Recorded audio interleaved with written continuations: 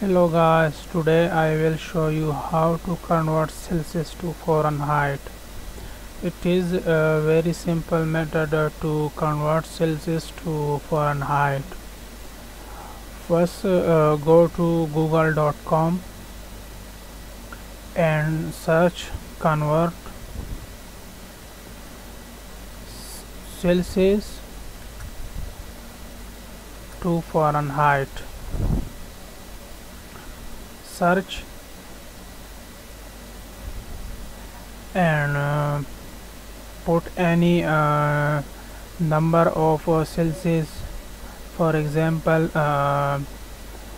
500 Celsius to convert Fahrenheit 932,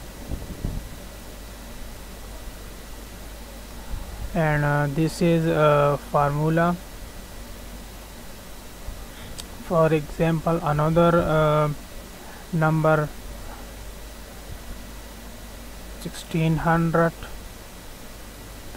and convert 2912.